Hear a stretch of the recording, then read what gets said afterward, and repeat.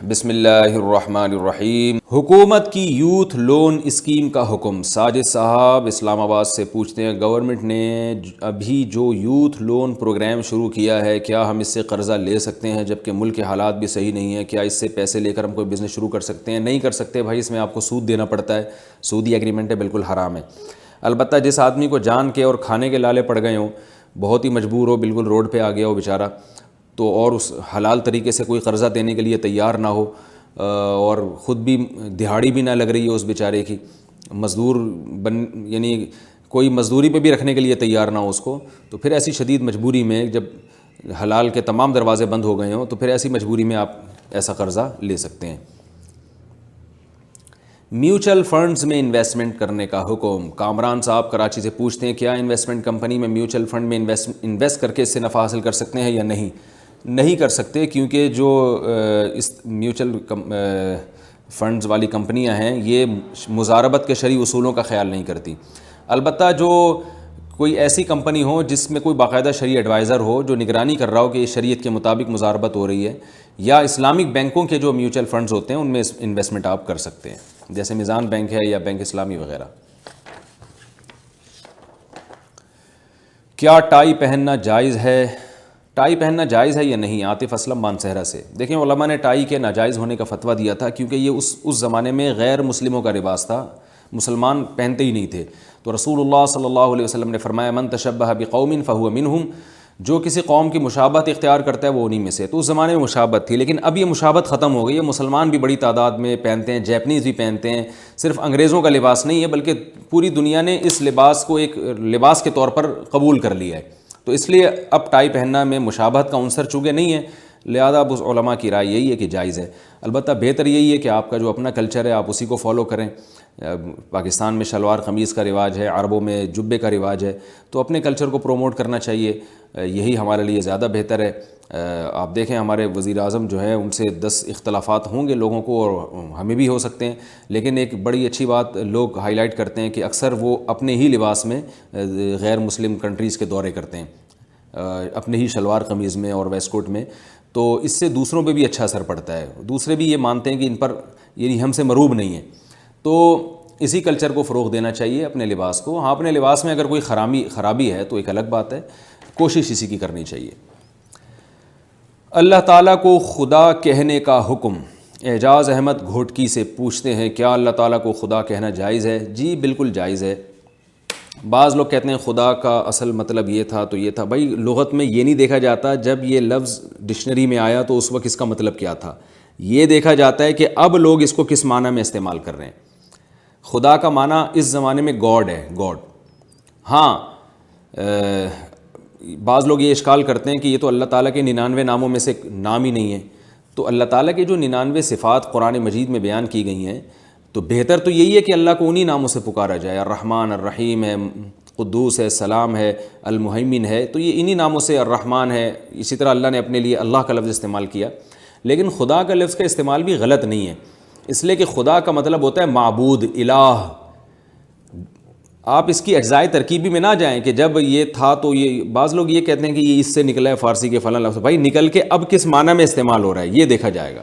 دیکھیں لوگ کہتے ہیں نا فلاں آیا اور اتنی صلواتیں سنا کے چلا گیا، اب صلوات تو عربی کا لفظ ہے، اس کا مطلب دعائیں ہیں، تو اب کوئی آپ سے آ کے کہہ رہا ہے کہ فلاں صلواتیں سنا کے چلا گیا، آپ کہیں بھائی تم تو اس کو شاباش دو، اب وہ جواب میں کہہ رہا ہے بھائی صلواتوں کا مطلب گالیاں ہیں تو میں شاباش کیوں دوں؟ آپ کہیں نہیں جی صلواتوں کا اصل مطلب جو فلاں کتاب کے فلاں صفحہ پہ لکھا ہوا ہے کہ جی صلوات تو سلام کو کہتے ہیں اور رحمتوں کو کہتے ہیں، تو وہ تمہیں رحمتیں دے کے جا رہا ہے، تم اس کو گالیوں سے تعبیر کر رہے ہو، تو یہ سب منطق لغت میں نہیں چلتی۔ لغت میں کہتے ہیں بھائی ہمارے وقت میں صلوات، جب اردو میں یہ لفظ استعمال ہوتا ہے اور اس موقع پہ کہ فلاں صلواتیں سنا کے چلا گیا تو اس کا مطلب گالیاں ہوتا ہے، رحمتیں نہیں ہوتا۔ تو لغت جو ہے نا یہ ڈکشنری کے حوالوں کو نہیں دیکھتی، لغت یہ دیکھتی ہے پبلک میں کس لفظ کے کیا مطلب چل رہا ہے، تو ڈکشنری والے بھی پبلک سے ہی پوچھتے ہیں کہ اس مطلب کا اس لفظ کا کیا مطلب ہے، تو وہ اسی حساب سے لکھ لیتا ہے، پھر وہ ڈکشنری پرانی ہو جاتی ہے تو معنی اس کے چینج ہو جاتے ہیں۔ تو اس وقت ہم جو عرف میں جو خدا کا لفظ رائج ہے وہ گاڈ کے معنی میں ہے، معبود کے معنی میں ہے، الہ کے معنی میں ہے، اس لیے اس کا استعمال بلا کراہت جائز ہے۔ یہ عربی ہی کا معبود لفظ ہے جس کا یہ آج کل ترجمہ ہے، ڈکشنری میں نہیں، عرف میں لوگ جیسے گاڈ انگلش میں معبود کو کہتے ہیں، الہ کو کہتے ہیں، تو قرآن اور حدیث میں یہ کہیں بھی نہیں ہے کہ اللہ کو عربی میں ہی پکارو، کسی اور زبان میں نہیں پکار سکتے، تو یہ غلط ہے۔ اللہ کو آپ کسی بھی زبان میں، چاہے گاڈ، او مائی گاڈ بھی تو ہم کہتے ہیں نا، تو گاڈ کہنا بھی جائز ہے اللہ تعالیٰ کو، تو خدا کہنا بھی جائز ہے جو فارسی کا لفظ ہے جو آج کل اردو میں استعمال ہو رہا ہے، تو یہ سب طرح سے جائز ہے۔ بہتر بہرحال یہی ہے کہ اللہ کہا جائے، رحمان کہا جائے۔ کیا ننیال والے عقیقہ کر سکتے ہیں؟ شائستہ کوثر کراچی سے پوچھتی ہیں، اگر بچے کا عقیقہ ننیال والے کریں تو کیا اس سے عقیقہ ہو جاتا ہے؟ جی ہاں، ہو جاتا ہے، بالکل ہو جاتا ہے، بہت اچھے سے ہو جاتا ہے، آپ کر کے دیکھیں انشاءاللہ ہو جائے گا۔ فوت شدہ شخص کی نماز روزوں کا فدیہ کیا ہے؟ زینت علی لاہور سے پوچھتے ہیں، کوئی شخص فوت ہو جائے اور اس کے ذمے ساری زندگی کی نمازیں اور روزے ہوں تو اس کے لیے کیا کیا جائے؟ کیا اس کے لیے کوئی ہیلہ وغیرہ ہے؟ بھائی وغیرہ وغیرہ تو کچھ بھی نہیں ہے۔ اس نے اگر وصیت کی تھی کہ میرے روزوں اور میری نمازوں کا فدیہ دیا جائے تو 1/3 مال میں سے، یعنی میت کے 1/3 مال میں سے نماز روزوں کا فدیہ دیا جائے گا، باقی 2/3 کو تقسیم کیا جائے گا، یعنی 1/3 کے اندر دیا جائے گا۔ 1/3 سے زیادہ اگر پیسہ اس میں جا رہا ہے تو پھر وہ غلط ہے، وہ وصیت کا لدم ہوگی۔ پہلی بات تو یہ۔ دوسری بات یہ ہے کہ روزوں کے فدیے کا تو حدیث میں صراحتاً ذکر ہے، نماز کے فدیے کو فقہا نے روزوں پر قیاس کیا ہے، کیونکہ نماز کی اہمیت روزے سے زیادہ ہے۔ علماء کہتے ہیں کہ جب روزے کا فدیہ شریعت میں ثابت ہے، جیسے کہ قرآن مجید میں ہے طعام فدیۃ طعام مسکین، ایک دن کا کھانا، یعنی 2 ٹائم کا کھانا کسی مسکین کو کھلانا، جب روزے کے بارے میں ہے تو نماز کی اہمیت تو روزے سے زیادہ ہے۔ تو اس سے پتہ چلتا ہے کہ نماز کا فدیہ حدیث میں صراحت اس کا ذکر نہیں ہے، البتہ بلکہ اس کو فقہا قیاس سے بھی تعبیر نہیں کرتے، دلالت سے تعبیر کرتے ہیں کہ نماز کی اہمیت روزے سے بہرحال زیادہ ہے، تو امید کی جا سکتی ہے اللہ تعالیٰ سے کہ وہ جیسے روزوں کا فدیہ قبول کرتا ہے تو نماز کا بھی قبول کر لے گا، تو یہ امید کی وجہ سے اس پر فتویٰ دیا گیا ہے، حدیث میں کہیں اس کا تذکرہ صراحتاً نہیں ملتا۔ تو اس لیے جب تک کوئی زندہ ہے وہ روزے کی بھی قضا کرے گا، نماز کی بھی قضا کرے گا، جب قضا کرنا اس کے بس میں نہ رہے، بیمار ہو تو پھر فدیہ کرے گا وہ اپنے مال میں سے، اور یا وصیت کر کے جائے گا۔ تو اگر اس نے وصیت نہیں کی ہے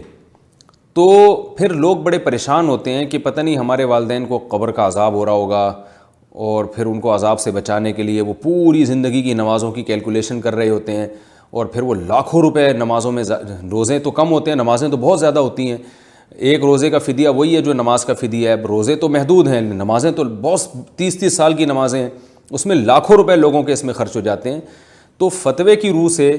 فتویٰ تو یہی ہے کہ اولاد پر واجب نہیں ہے اگر میت نے وصیت نہیں کی، لیکن اولاد اگر فدیہ کرے گی تو ثواب ملے گا، فتویٰ ہی ہے۔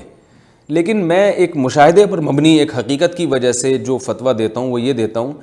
کہ جب میت نے وصیت بھی نہیں کی ہے تو اب اولاد ٹینشن نہ لے فدیے کی، کیونکہ اولاد کو یہ وہم ہوتا ہے کہ اگر ہم نے والد کی نمازوں کا فدیہ ادا نہیں کیا تو پتہ نہیں بیچاروں کے ساتھ قبر میں کیا ہو رہا ہوگا، تو یہ ہمیں کہیں گناہ نہ ہو، یا اخلاق کے بھی وہ خلاف سمجھتے ہیں، مروت کے خلاف، اس چکر میں وہ لاکھوں روپے ان کے جو ہے نا وہ فدیے میں لگ جاتے ہیں، جبکہ نماز کے فدیے کا صراحتاً حدیث میں تذکرہ بھی نہیں ملتا۔ تو اتنی ٹینشن اب لینے کی ضرورت نہیں ہے، کیونکہ اللہ تعالیٰ نے میت کے دنیا سے جانے کے بعد جو احادیث سے ہمیں ملتا ہے کہ اس کے وارثوں کو اب اللہ تعالیٰ نے زیادہ ترجیح دی ہے کہ بھئی یہ مال تمہارے وارثوں کا ہے اور اب اس کو اپنی دنیاوی حاجات میں استعمال کرو، حسب توفیق اللہ جتنا توفیق دے میت کے لیے صدقہ اور خیرات کر دیا کرو۔ تو اس لیے لوگ چونکہ وہمی بن رہے ہیں اور ٹینشن میں آ رہے ہیں، تو جو کہتے ہیں کہ جو اپنے لوگوں کے زمانے کے احوال کو جانتا ہو تو اس کے حساب سے جو فتویٰ دیا جاتا ہے وہ زیادہ بہتر ہوتا ہے۔ تو اس لیے میں مشورہ لوگوں کو یہی دیتا ہوں، وہ فتویٰ فی نفسی درست ہے کہ آپ پر واجب تو نہیں ہے لیکن آپ نمازوں کا فدیہ دے دیں گے تو خوشی سے تو ثواب زیادہ ملے گا آپ کو، لیکن میں یہ مشورہ دیتا ہوں کہ اب اس ٹینشن میں پڑنے کی ضرورت نہیں ہے۔ اب ایک چیز ختم ہو گئی، والد صاحب نے نمازیں نہیں پڑھیں، وہ گناہ ان کے ذمے رہ گیا، تو کیونکہ قضا کی ہے تو گناہ کیا انہوں نے، اب اس کا طریقہ یہی ہے کہ آپ ان کے لیے توبہ استغفار کریں، توبہ استغفار کی کثرت کریں، اور جتنی اللہ توفیق دے دے ان کے لیے صدقات و خیرات کی وہ حسب توفیق آپ اپنی ضرورت کو دیکھ کر صدقہ کر دیا کریں، اس میں ان کو ثواب ملے گا۔ اور صدقے میں یہ نیت کر لیا کریں کہ اللہ ان کے جو بھی گناہ ہیں جن میں نماز چھوڑنے کا گناہ بھی شامل ہے، تو اپنے فضل سے اس گناہ کو معاف کر دے اس صدقے کی برکت سے، جو بھی آپ کو اللہ تعالیٰ ٹوٹی پھوٹی توفیق دے دیں۔ 30 سال کی نمازوں کے فدیے کا حساب لگانے کی ضرورت نہیں ہے، اس میں حرج بہت ہے، اور شریعت میں اس کا صراحتاً ثبوت بھی نہیں ملتا، وہ تو غریبی ہے اللہ کی طرف سے کہ اللہ اگر قبول کر لیں فدیہ تو ٹھیک ہے، نہیں تو اللہ نے کہیں بھی نہیں کہا صراحتاً کہ نمازوں کا فدیہ دو گے تو میں قبول کر لوں گا۔ تو زندگی میں تو مال میت کا جو زندہ تھے نا، ان کا اپنا مال ہے، وہ اس میں جو چاہیں خرچ کریں، تو اس میں تو یہی کہا جائے گا کہ جب آپ نے نمازیں نہیں پڑھیں اور آپ کے ذمے رہ گئیں اور آپ قضا پڑھنے کی اب طاقت ختم ہو گئی تو آپ فدیہ ادا کریں۔ تو زندگی میں تو اسی پر فتویٰ دیا جائے گا کہ نماز میں احتیاط کا پہلو اس کو ترجیح دی گئی ہے، اور آپ اپنے مال میں سے اب احتیاط کا تقاضا یہی ہے کہ نمازوں کا فدیہ ادا کریں جب آپ میں نماز ادا کرنے کی قدرت ہی ختم ہو گئی ہے۔ لیکن مرنے کے بعد حکم چینج ہو جائے گا، اور وہ حکم یہی ہے کہ اب وارثوں پر بہرحال لازم نہیں ہے، کیونکہ میت نے وصیت نہیں کی تھی، اور وصیت بھی کی ہو تو 1/3 سے ہے، 1/3 سے زیادہ وہ وصیت بھی کالعدم ہے، کیونکہ وارثوں کا نقصان ہو رہا ہے۔ تو اس لیے وارثوں کو ٹینشن لینے کی ضرورت نہیں ہے، اب والدین کے لیے بس مغفرت کی دعا کا اہتمام کریں، اور حسب توفیق جتنی اللہ توفیق دے والدین کے لیے صدقہ کریں، اور اللہ سے توبہ استغفار کرتے رہیں کہ اللہ تعالیٰ ان کے گناہوں کو معاف کرے۔ اور یہ جو والدین نے وراثت چھوڑی، اب آپ اپنی معیشت میں اپنے کاموں میں اس کو استعمال کریں، اپنے بچوں کے مستقبل میں، اپنے مستقبل میں، جو اللہ تعالیٰ کا ایک حکم ہے، جو شریعت کا ایک اصل مزاج ہے کہ وارثوں کو اب شریعت جو ہے وہ ترجیح دیتی ہے۔ وہ تو چلے گئے، جو عمل کرنا تھا کر لیا، رہا یہ جب شیطان وسوسہ ڈالے کہ ان کو قبر میں عذاب نہ ہو رہا ہو نماز چھوڑنے کا، تو اس کے لیے توبہ کا دروازہ ہے، اللہ تعالیٰ سے ان کے لیے مغفرت کی دعا مانگی جائے، مغفرت کا دروازہ کھلا ہوا ہے، دعاؤں کا دروازہ کھلا ہوا ہے۔ ولد صالح یدعو لہ، حدیث میں آتا ہے نیک اولاد جو والدین کے لیے دعا مانگتی ہے وہ دعائیں قبول ہوتی ہیں۔ تو اب گڑ گڑا کے دعا مانگے، اللہ ان سے جو نمازیں چھوٹ گئیں وہ نمازیں تو معاف کر دے۔ تو فدیے کے تکلف میں جانے کی، یعنی وہ فدیہ جو بہت زیادہ بن رہا ہو، چند نمازوں کا ہے وہ تو ٹھیک ہے، لیکن 20 30 سال کی نمازوں کا فدیہ ٹھیک ٹھاک بن جاتا ہے، تو وہ اس تکلف میں پڑھنے کی ضرورت نہیں ہے۔ تھوڑا بہت صدقہ خیرات جتنا اللہ توفیق دے کر دیں، اور ان کے لیے دعاؤں کا اہتمام کریں، تو اللہ کی رحمت سے امید ہے کہ یہ 30 سال کی نمازوں کے فدیے کے بغیر بھی اللہ تعالیٰ انشاءاللہ ان کی مغفرت کر دے گا، اگر اللہ چاہے۔ نہ چاہے تو بھائی فدیہ دے کے بھی مغفرت نہیں ہوگی، تو اب ہم اسی کے مکلف ہیں جتنی ہم میں طاقت ہے۔ باقی رہا یہ مسئلہ کہ نماز اور روزوں کا فدیہ ہے کتنا، تو قرآن نے بیان کیا ہے فدیۃ طعام مسکین، مسکین کو کھانا کھلانا، یہ ایک روزے کا فدیہ ہے۔ اور نماز کا بھی فدیہ، تو چونکہ نماز کو روزے ہی پر یعنی قیاس کیا گیا ہے، یہ اصطلاحی قیاس نہیں ہے، یہ ایک لغوی قیاس میں کہہ رہا ہوں اس کو، کیونکہ جو اصول فقہ پڑھنے والے ہیں وہ جانتے ہیں کہ یہاں قیاس نہیں ہے، اصل میں قیاس کے لیے جو شرطیں وہ یہاں نہیں پائی جاتی۔ تو ایک اللہ کی رحمت سے امید لگائی گئی ہے کہ جو اللہ نماز روزے کا فدیہ قبول کر لیتا ہے تو امید ہے کہ نماز کا بھی کر لے گا، کیونکہ نماز کی اہمیت تو بہرحال روزے سے زیادہ ہے۔ تو جو فدیہ دینا ہے وہ ایک نماز اور ایک روزے کا یہ ہے کہ مسکین کو 2 ٹائم کا کھانا کھلا دیں کسی غریب کو، یا 2.25 کلو گندم یا اس کی قیمت کسی غریب کو دے دیں۔ 2.25 کلو، بعض علماء کہتے ہیں 2.25 کلو گندم، اور بعض کی رائے ہے کہ 2.25 کلو، تو احتیاط اسی میں ہے کہ 2.25 کلو گندم یا اس کی قیمت دے دی جائے تو بھی فدیہ ادا ہو جائے گا۔ تو ایک نماز کا یا ایک روزے کا فدیہ ہوا 2.25 کلو گندم، اور بعض علماء کے نزدیک 2.25 کلو گندم۔ شوہر کے لیے زیب و زینت اختیار کرنے کا حکم۔ فرحین عباسی نے پوچھا ہے کیا اسلام شوہر کے لیے بناؤ سنگھار کا حکم دیتا ہے؟ جی ہاں، بالکل حکم دیتا ہے۔ علماء نے تو یہاں تک لکھا ہے قرآن و سنت کی روشنی میں کہ جو عورت شوہر کے لیے بناؤ سنگھار نہیں کرتی تو شوہر اس پہ سختی بھی کر سکتا ہے اس معاملے میں۔ وجہ اس کی یہ ہے کہ جب اللہ تعالیٰ نے ایک رشتہ بنایا ہے تو اللہ تعالیٰ یہ چاہتے ہیں کہ مرد کی توجہ حرام کی طرف نہ جائے، تو اس کو حلال میں تسکین ملے گی تو حرام سے وہ بچے گا۔ بعض خواتین یہ کرتی ہیں کہ ویسے شادی میں جانے کے لیے بہت زیب و زینت ہے، لیکن جب میاں صاحب گھر میں آ رہے ہیں تو وہ بالکل چڑیلوں کی طرح بن کے بیٹھی ہوئی ہوتی ہیں۔ تو رسول اللہ صلی اللہ علیہ وسلم نے نیک عورتوں کی صفات میں یہ بھی بیان کی ہے کہ جب شوہر اس کی طرف دیکھے تو وہ اس کو خوش کر دے، شوہر خوش ہو جائے۔ تو ظاہر ہے کسی چڑیل کو دیکھنے سے تھوڑی خوش ہوگا، کسی مزین عورت کو دیکھنے سے ہی شوہر خوش ہوگا۔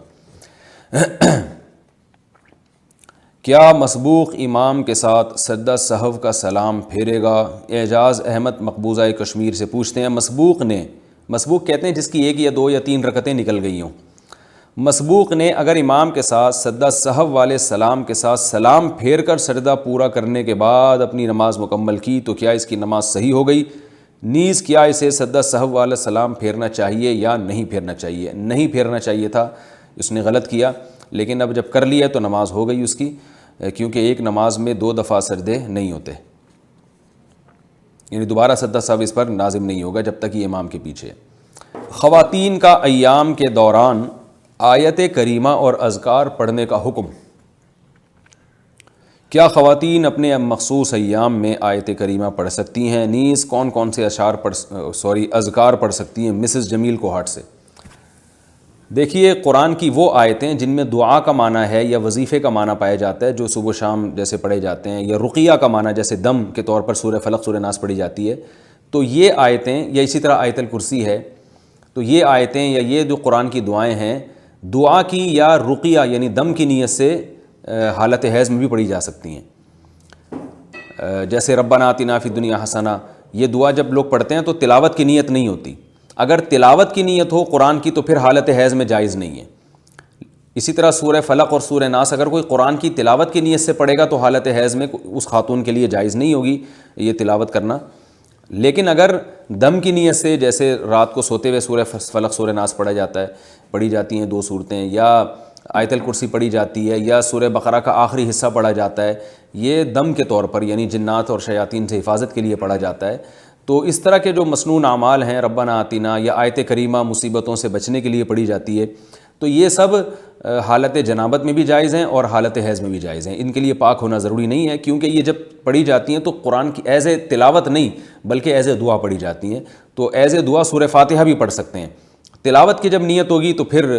جنابت کی حالت میں یا حیض کی حالت میں یہ جائز نہیں ہوگا۔ سائیڈ کی مانگ نکالنا کیسا ہے؟ محمد یعقوب لیہ سے پوچھتے ہیں، سر کے بالوں میں سائیڈ کی مانگ نکالنا کیسا ہے؟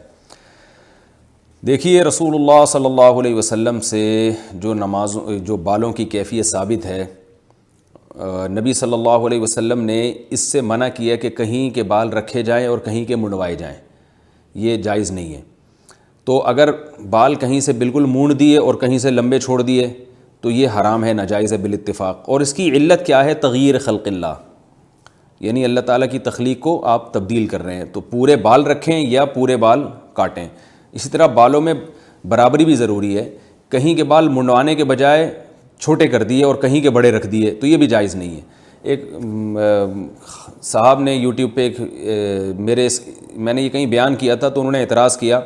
کہ حدیث میں تو یہ تو آتا ہے کہ کہیں کے بال منڈوانا اور کہیں کے رکھنا یہ حرام ہے، کہیں کے بال چھوٹے کرنا اور کہیں کے بڑے کرنا یہ کہاں سے حدیث میں ثابت ہے حرام ہے؟ تو مجھ پر انہوں نے فتویٰ لگا دیا کہ یہ اپنی طرف سے مسئلے بتاتے ہیں۔ تو آپ مجھے ایک بات بتائیں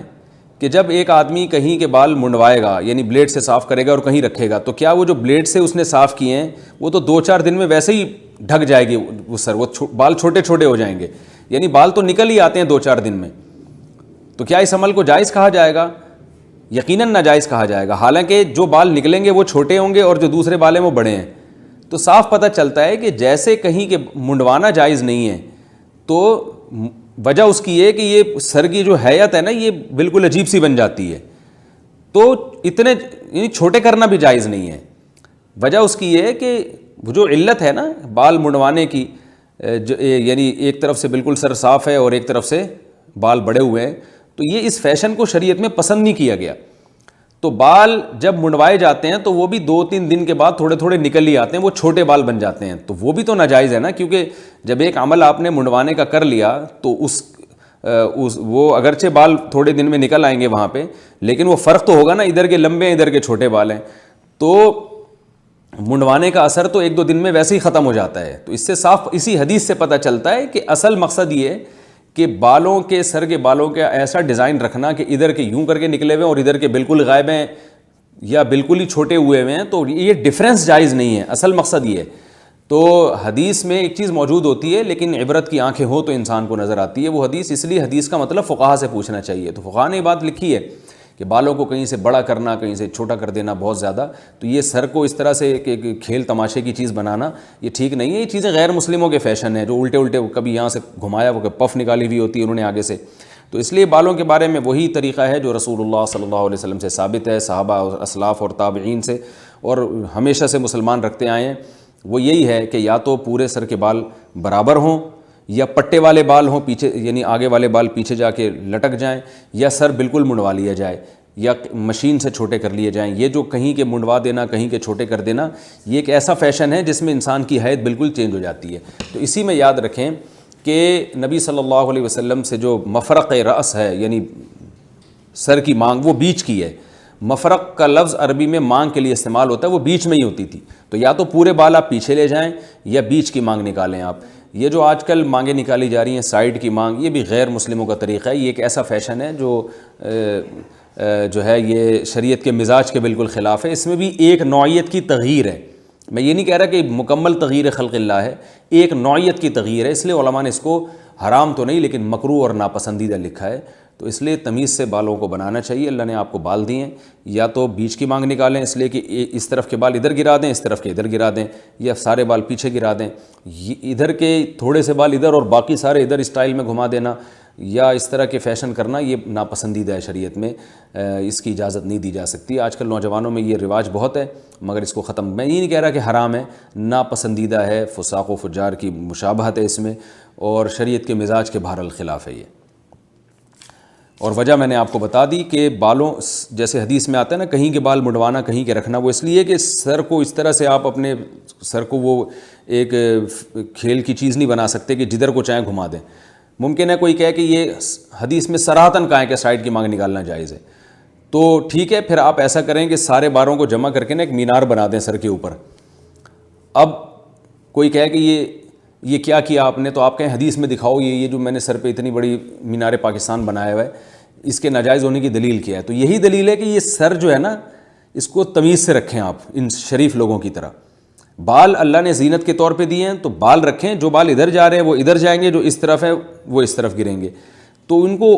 گھمانا پھرانا، آپ جائیں ہیئر ڈریسر کے پاس عجیب عجیب سے بالوں کے فیشن بنے ہوئے ہوتے ہیں، تو یہ فیشن میں غلو کی وجہ سے ناجائز ہے. ہمیں زینت کی اجازت ہے، زینت میں غلو کرنے کی اجازت نہیں ہے. جیسے رسول اللہ صلی اللہ علیہ وسلم نے عورت کو جو ہے نا دونوں دانتوں کے درمیان خلا کرنے کو حرام قرار دیا. بعض خواتین کیا کرتی ہیں دونوں دانتوں کے درمیان میں گھسوا کے خلا پیدا کر دیتی ہیں. تو حالانکہ دانتوں کو آپ صاف کر سکتے ہیں زینت کے طور پر، لیکن اس میں اتنا ڈینٹنگ پینٹنگ کہ اصل ہیئت سے ہی بگاڑ دیں، ہٹا دیں جو ہیئت قدرت نے پیدا کی ہے، تو اس ہیئت سے ہی آپ اس کو چینج کر دیں تو یہ ناجائز ہوگا. تو اسی سے علماء نے استدلال کی ہے کہ سر کے بالوں کی بھی ایک قدرت نے ہر ایک کو ایک ہیئت دی ہے، ایک شکل دی ہے، اس کو اسی حساب سے آپ مینیج کر سکتے ہیں، کنگھا کر سکتے ہیں، اس کی الجھے ہوئے بالوں کو دور ختم کر سکتے ہیں. لیکن اس میں گھما پھرا کے فیشن کرنا، کوئی پف بنا کے آگے لا رہا ہے، یوں کر کے گھما رہا ہے، کوئی بالکل اوپر لے جا رہا ہے، کوئی جو ہے وہ مرد ہو کے اوپر چٹیا بنا رہا ہے، اوپر جو ہے نا وہ ایسے کر رہا ہے، اور ہیئر ڈریسر کے پاس جائیں تو وہاں تصویریں لگی ہوئی ہوتی ہیں، اس سے پتہ چلتا ہے. تو یہ غیر مسلموں کی چیزیں ہیں اور جو غیر مسلموں ہی سے آئی ہیں، اور ان کی مشابہت سے بھی اللہ تعالیٰ نے منع کیا ہے. اگرچہ اب مشابہت ختم ہو گئی، یہ مسلمان بھی کر رہے ہیں، لیکن تغییر خلق اللہ کا عنصر بہرحال اس میں پایا جاتا ہے، اور فیشن میں غلو کا عنصر بھی پایا جاتا ہے. تو فیشن میں غلو جائز نہیں ہے، اس لیے تمیز سے بال بنایا کریں، دیکھنے میں بھی شریف لگیں. سر کے بال ہیں دونوں طرف، یعنی ایک کچھ بال ادھر لے جائیں کچھ ادھر لے جائیں، یا سارے بال پیچھے لے جائیں، یا سرے سے بال ہی غائب کر دیں، یہ سب جائز ہے. لیکن یہ جو گھمانے کے مختلف قسم کے فیشن آ رہے ہیں بالوں کے، یہ عورتوں کے لیے بھی جائز نہیں ہے اور مردوں کے لیے بھی جائز نہیں ہے. میں نہیں کہہ رہا کہ خالصتاً حرام ہے، لیکن بہرحال اس کی اجازت نہیں دی جا سکتی. جائز نہ ہونے کا یہ مطلب ہے کہ شرعاً اس کی اجازت نہیں ہے.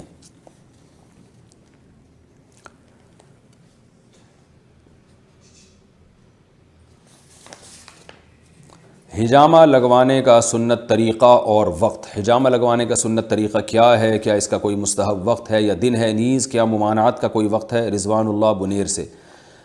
رسول اللہ صلی اللہ علیہ وسلم جب معراج کی رات پہ گئے تو آپ نے فرمایا کہ مجھے جبریل نے حکم دیا کہ اپنی امت کو حکم دیں کہ وہ ہجامہ کرے. تو ہجامہ ایک سنت عمل ہے، اس میں شفا ہے، اور اس کا جو مستحب وقت ہے وہ چاند کی تاریخیں آپ صلی اللہ علیہ وسلم سے چاند کی 17 تاریخ کو ہجامہ کرنے کی ترغیب ثابت ہے. 16، 17، 18 جب چاند خوب چمک رہا ہوتا ہے تو ان چاند کا چونکہ انسان کے بلڈ پہ اثر پڑتا ہے تو ان ایام میں ہجامے کا زیادہ فائدہ ہے. باقی کوئی خاص طریقہ نہیں ہے اس کا، یہ ہر چیز جو ہے نا اس کے ماہرین سے پوچھی جاتی ہے. تو جس نے بھی ہجامہ کروانا ہو تو ہجامہ کے ماہر ڈاکٹر یا جو بھی حکیم جو ہجامہ کے ماہر ہوں ان سے پوچھیں، ان سے مشورہ لیں. ہر بیماری کے ہجامہ کے پوائنٹ الگ ہوتے ہیں. ایک تو جنرل پوائنٹ ہے جو حدیث سے ثابت ہے کہ دونوں کندھوں کے درمیان آپ صلی اللہ علیہ وسلم نے ہجامہ کروایا ہے، تو یہ تو جنرل پوائنٹ ہے. یہ ویسے ہی کروا لینا چاہیے اگر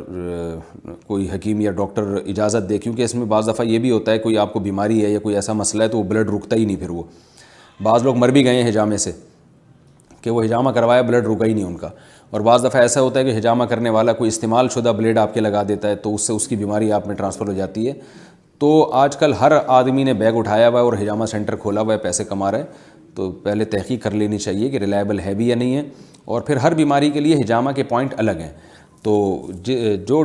ماہر ڈاکٹر بتائے، یہاں کراچی میں جو ڈاکٹر امجد صاحب ہیں، تبلیغ جماعت سے ان کا تعلق ہے اور ایک مدرسہ عائشہ للبنات گلستان جوہر میں چلا رہے ہیں، وہ حجامہ کے بہت ماہر ہیں، پاکستان میں حجامہ کو انہوں نے ہی متعارف کروایا ہے، تو ان سے بھی رابطہ کیا جا سکتا ہے یا ان کے کسی شاگرد سے۔ میرے پاس ان کا نمبر نہیں ہے تو نمبر کے لیے مجھے کال نہ کریں، ان کا نمبر آپ کہیں سے بھی تلاش کریں، نیٹ سے یا کہیں سے،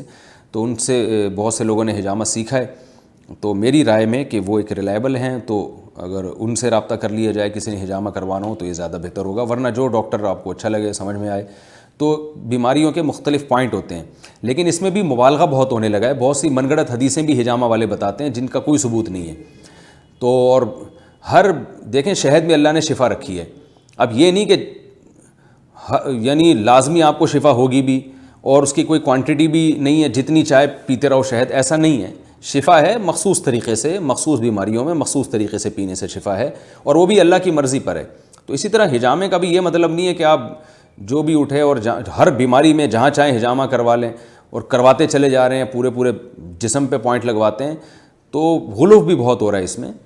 ایک شفا کا طریقہ ہے، ذریعہ ہے، لیکن اللہ کی مشیت کے ساتھ اللہ چاہے گا تو شفا ہوگی، نہیں چاہے گا تو کچھ بھی کرواتے رہے، نہیں ہوگی۔ تو اس میں بھی احتیاط کی ضرورت ہے، کسی ماہر ڈاکٹر سے یا حکیم سے کروائیں یا جو حجامہ کا ماہر ہو اور اس کو بیماریوں کا پتہ ہو کہ کون سی بیماری میں کہاں کرایا جاتا ہے، اور اعتدال کے ساتھ کروائیں، حد سے زیادہ نہ کروائیں۔ لڑکوں کے لیے شادی کی مسنون عمر کیا ہے؟ منیف الرحمن کراچی سے پوچھتے ہیں، نبی کریم صلی اللہ علیہ وسلم کی پہلی شادی 25 سال کی عمر میں ہوئی تھی، تو کیا مردوں کی شادی کے لیے اسے مسنون عمل کہہ سکتے ہیں؟ نہیں کہہ سکتے۔ نبی صلی اللہ علیہ وسلم نے جو 25 سال کی عمر میں شادی کی ہے تو یہ وہ وقت تھا جب آپ کو نبوت نہیں ملی تھی، تو نبوت سے پہلے جو آپ کی زندگی ہے وہ ہمارے لیے، اس میں ہر چیز میں ہمیں نبی کی اتباع کا حکم نہیں ہے، کیونکہ وہ نبوت سے پہلے کی زندگی ہے۔ قرآن میں آتا ہے وَوَجَدَكَ ضَالًّا فَهَدَىٰ، اے نبی اللہ نے آپ کو شریعت سے بے خبر پایا تو پھر باخبر کر دیا، یہ قرآن کی آیت ہے۔ تو نبوت سے پہلے نبی صلی اللہ علیہ وسلم شریعت کے تفصیلی احکام سے بے خبر تھے، نبوت کے بعد اللہ نے آپ کو خبر دی ہے، تو نبوت سے پہلے جو آپ نے 25 سال میں شادی کی ہے تو یہ ہمارے لیے قابل اتباع نہیں ہے، بلکہ نبوت کے بعد جو آپ نے ہمیں حکم دیا وہ حکم دیا جلدی شادی کا، بالغ ہوتے ہی شادی کا حکم دیا، تو وہ عمل مسنون ہے جو نبوت کے بعد ہے۔ دیکھیں نبوت سے پہلے آپ صلی اللہ علیہ وسلم نے ایک بیوی پر اکتفا کیا ہے، تو وہ مسنون عمل نہیں ہے، مسنون ہے نبوت کے بعد کا، نبوت کے بعد آپ نے بہت ساری شادیاں کی ہیں، تو اب نبوت سے پہلے والی زندگی کو نہیں دیکھا جائے گا، نبوت کے بعد والی زندگی کو دیکھا جائے گا، کیونکہ نبوت کے بعد والی زندگی وہ ایک چیز اس میں اللہ کی طرف سے ہے۔ تو نبوت کے بعد آپ صلی اللہ علیہ وسلم نے جو حکم دیا، بخاری مسلم کی متفق علیہ صحیح حدیث ہے، عبداللہ بن مسعود فرماتے ہیں کہ میں بالکل شباب تھا، یعنی ابتدائی شباب میں تھا، ابتدائی شباب کہتے ہیں 15 سال کی عمر کو،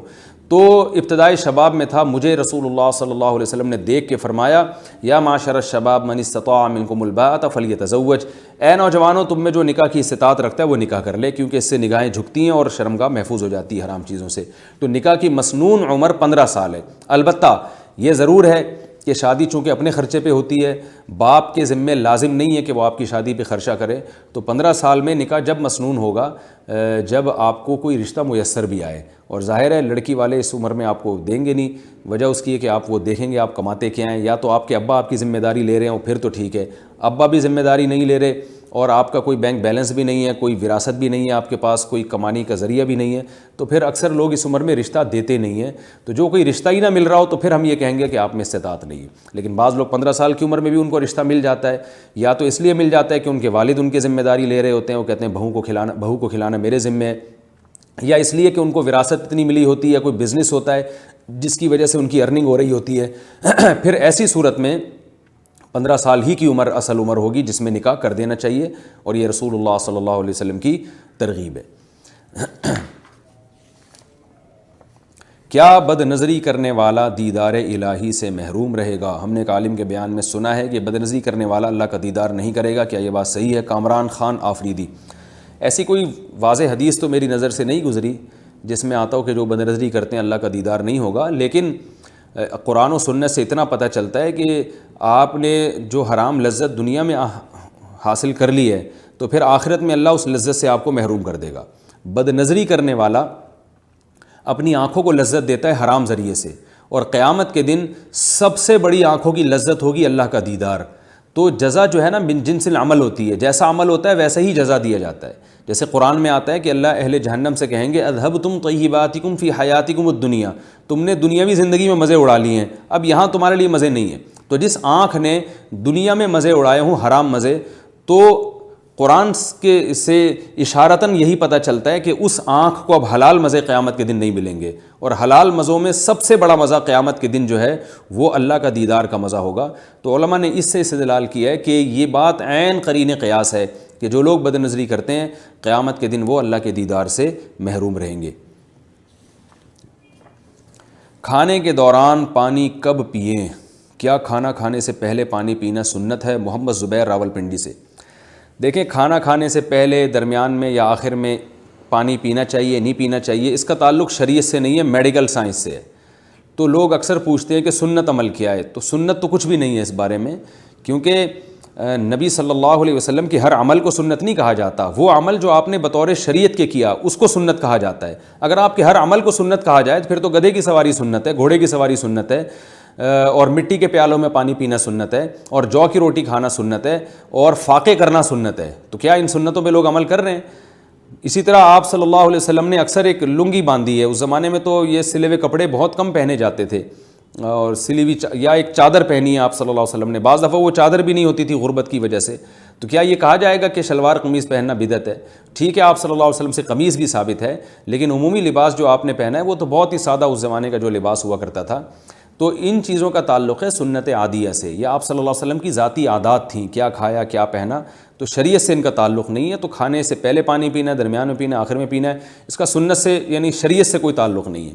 البتہ اتنی بات ضرور ہے کہ رسول اللہ صلی اللہ علیہ وسلم سے کھانے کے بعد پانی پینا ثابت ہے، بہرحال قول سے بھی اور عمل سے بھی۔ آپ نے کھجوریں کھائی ہیں، پیٹ بھرا ہے، یعنی پیٹ سے مراد نبی جس کو پیٹ بھرنا کہتے تھے، ورنہ آپ صلی اللہ علیہ وسلم اصل میں تو پیٹ بھر کے کبھی نہیں کھاتے تھے، اور پھر آپ نے پانی بھی پیا، یہ حدیث سے ثابت ہے۔ اسی طرح آپ صلی اللہ علیہ وسلم نے فرمایا معدے کے 3 حصے کرو، ایک حصہ سانس لینے کے لیے، ایک کھانے کے لیے اور ایک پانی کے لیے۔ تو کھانے کے بعد پانی ہوگا تبھی تو آپ نے پانی کے لیے جگہ چھوڑنے کا حکم دیا۔